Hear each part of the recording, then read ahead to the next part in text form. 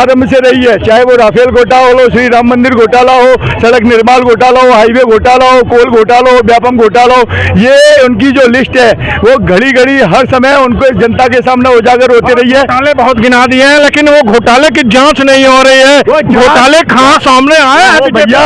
अभी सेंट्रल में बीजेपी की सरकार है। जब कहते ना सैया भैया कोतवाल तो डर काहेगा, जब कोतवाल है, सीबीआई कोतवाल बैठे हैं मंत्री जी, वो मोदी जी, अब मोदी जी जब बैठे हैं तो ईडी सीबीआई जो सब है उनका प्रशासन तंत्र है, वो सब तो उनके सामने कठपुतली की तरह प्रशासन से चलेगा, संविधान से चलेगा। ये संविधान से चलना चाहिए, लेकिन ये संघीय भाजपा संविधान को खत्म लड़ाई लगाकर उनके घर जला दिया गया है। उनको खाने के लिए अभी खाना नहीं है, सोने के लिए घर नहीं है, तो वो लोग कैसा जी रहे हैं? तो एक सोचने की बात है, देश के प्रधानमंत्री उनके बारे में बात तो करना छोड़ दो, पार्लियामेंट में उनके विषय के ऊपर भी बात नहीं करे।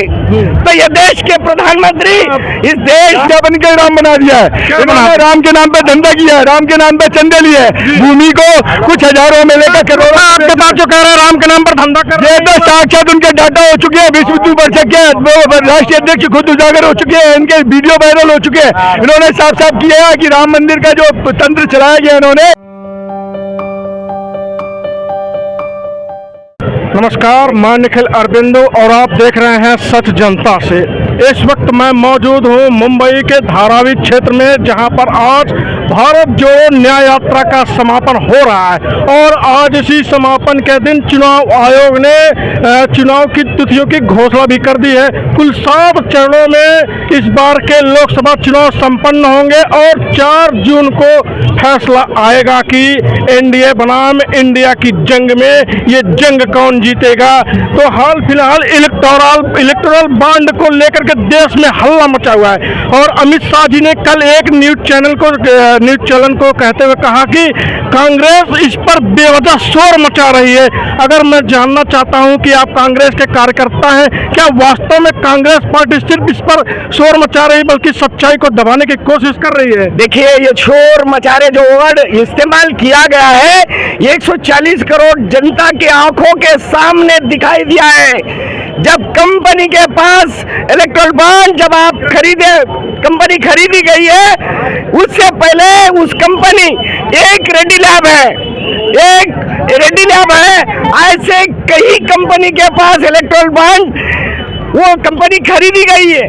बिफोर खरीदने से पहले आप ईडी की राइड करें, इनकम टैक्स की राइड करें, सीबीआई की राइड करें। विद इन 5 दिन के अंदर वो इंसान जो कंपनी का मालिक, जो जीएमआर हो, यशोदा हॉस्पिटल्स हो या रेड्डी लैब्स हो, ऐसे लक्ष्मी मित्तल हो, एसना लिमिटेड हो, ऐसे 500 करोड़ के बॉन्ड की खरीदारी 500 करोड़ रुपए देकर इस देश के जुमलेबाज प्रधानमंत्री भारतीय जनता पार्टी से खरीदा गया। और ये भी साबित हो चुका है, मैं अकेला नहीं, 140 करोड़ जनता के आंखों के सामने, दिमाग के सामने ये एक फ्रॉड, ये एक सबूत, यानी कि जो पैसा वसूली करो और उसके बाद में आपको ग्रीन सिग्नल मिल जाएगा सभी कंपनी को कि ये धंधा करने का। ये पैसा लेके भारतीय जनता पार्टी लोगों का फ्रॉड करके कंपनी के जो उनके पास पैसा लेके जो है उनको परमिशन दे रही है। तो ये कभी भी आज CJI chief justice of India Chandrachud 15 days before only इस बात के ऊपर इन्वेस्टिगेशन होने के बाद जितने भी 200 कंपनी है, अडानी है, अंबानी है, वो कंपनी छोड़कर जितने भी कंपनी है वो कंपनी के तरफ से इलेक्ट्रल बॉन्ड वो खरीदा गया है कि डर के लिए। नहीं तो सीबीआई, ईडी और इनकम टैक्स वाले उनको गलतियां निकालकर इस बड़े बड़े कंपनियों को जेल में लेके जाने की कोशिश कर रहे थे। यानी कि पैसा वसूली इस भारतीय जनता पार्टी इस देश के बड़े बड़े लोगों के पास भी पैसा वसूली करी है, लेकिन बात इलेक्ट्रल बॉन्ड की नहीं। ऑलरेडी अपन देखा गया देश की जनता कितना 10 साल में कितना सफर हुई। अगर नोटबंदी की बात करें, 500 की, 1000 की नोट इस हिंदुस्तान के जनता से लेकर इंसान को लाइन में लगाकर वो उसमें कितना फ्रॉड करा। वो भी इस देश के जनता को पता है। और किसानों का कितनी फसल में कितना फ्रॉड किया गया और कौन से चीज को आप कह रहे हैं कि भाई साहब ने कहा कि भारतीय जनता पार्टी एक नया स्कीम चलाई है, चंदा दो धंधा लो। क्या वास्तव में आपको ऐसा लगता है? ये भारतीय जनता पार्टी द्वारा लूट का सुनियोजित तरीके से बनाया गया तंत्र है।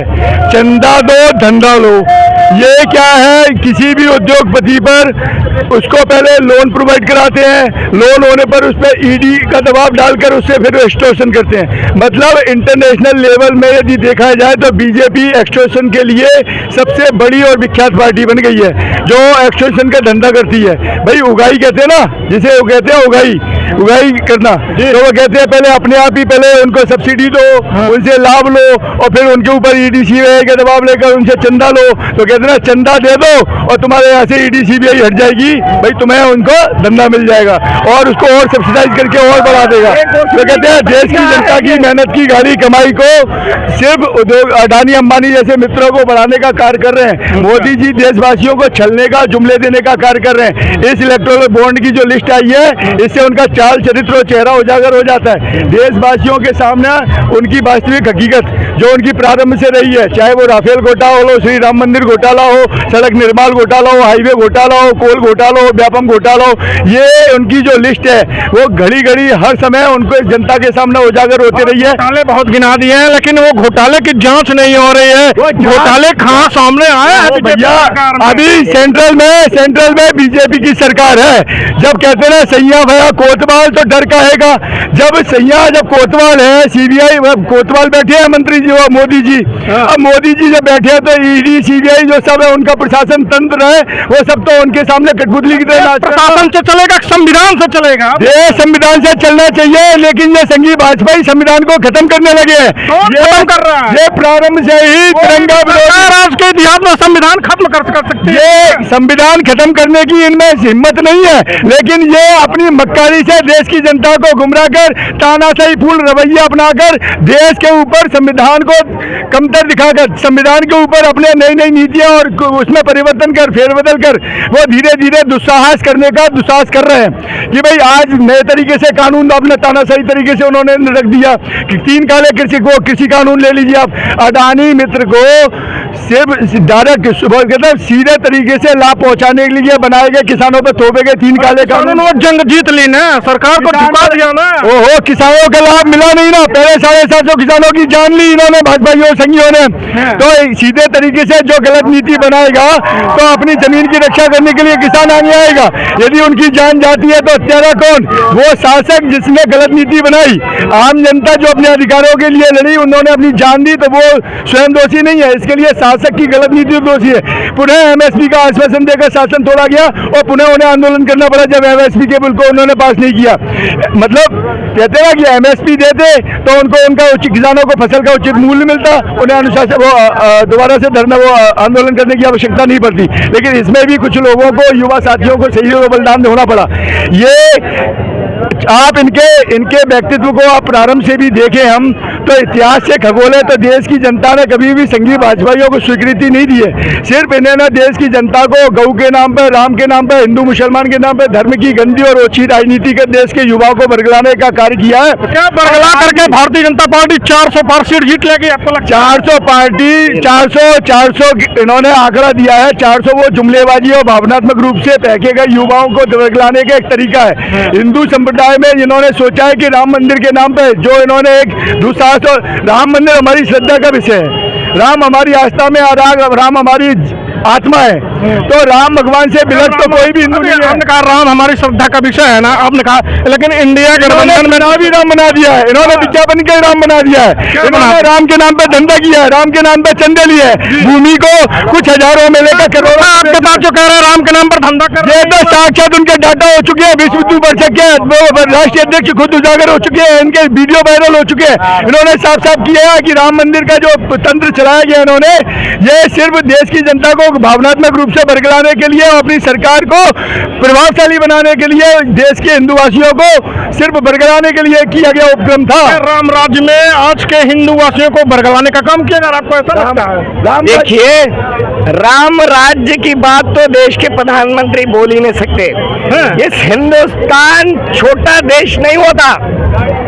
हिंदू, मुस्लिम, सिख, ईसाई, बौद्ध, जैन, कई मजहबी देश, इस देश में कई मजहबी लोग यहाँ पर रह रहे हैं। एक बात बोलना चाहता हूँ, बिस्मिल्लाहिर्रहमानिर्रहीम। रमजान महीने का सभी को मुबारक। तो अगर देश के प्रधानमंत्री विश्व गुरु बोलते, राम राज्य बोलते, लेकिन देश की स्थिति ये समझ में नहीं आ रही उनको। मणिपुर में क्या करे ये देश के प्रधानमंत्री? मेहती, नागा और कुकीज के बीच में लड़ाई लगाकर उनके घर जला दिया गया है। उनको खाने के लिए अभी खाना नहीं है, सोने के लिए घर नहीं है, तो वो लोग कैसा जी रहे हैं? तो एक सोचने की बात है, देश के प्रधानमंत्री उनके बारे में बात तो करना छोड़ दो, पार्लियामेंट में उनके विषय के ऊपर भी बात नहीं करे। तो ये देश के प्रधानमंत्री इस देश में एडमिनिस्ट्रेट करने के काबिल है क्या? अपन आज हिंदुस्तान की जनता कोई भी हो, ओलंपिक मेडल में अगर मेडल मार के लाया तो अपन हैप्पीली अपन मिठाई बांट के खाते। वैसे ओलंपिक मेडल को